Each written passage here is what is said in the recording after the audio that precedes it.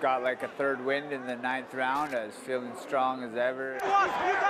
It was supposed to be Gary Kopas' moment. I don't know what it was, but I got him with some good solid shots, and he was visibly hurt, and that's when the ref jumped in the first time. I was kind of in celebration because I thought it was over because I could see he was, not in good shape.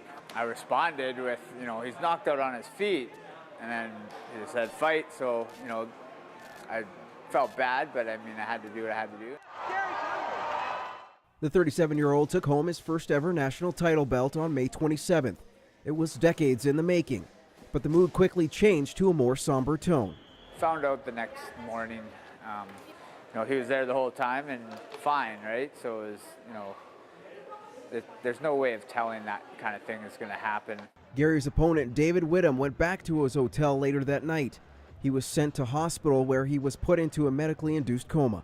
It's a roller coaster for sure. It definitely sucks. Obviously, I don't want to hurt anybody outside of the ring. If I had my way, I would knock every opponent out and, wish them the best right after, like I have. Even during the fight, Gary had a feeling that the fight should have been called off.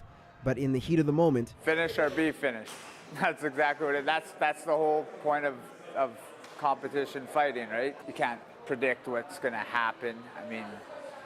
Again, there's been so many times where the person's hurt and they come back and knock the other guy out. I don't know what the scorecards are. I don't know how the judges are scoring it, right? So, you gotta do what you gotta do. The fight and brain injury made international headlines.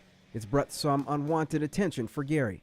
Probably would have got 2 or 3 journalists contacting me, but I've done a lot more than I would have normally, which is horrible. Despite the inherent risks, Gary says he won't stop boxing. I've been doing this since I was 13, and I'm sure he's around the same time, right? Like, it's a love for the sport. It definitely has made me, more aware of the consequences, but at the same time, it's made me want to train harder and want to be even more prepared.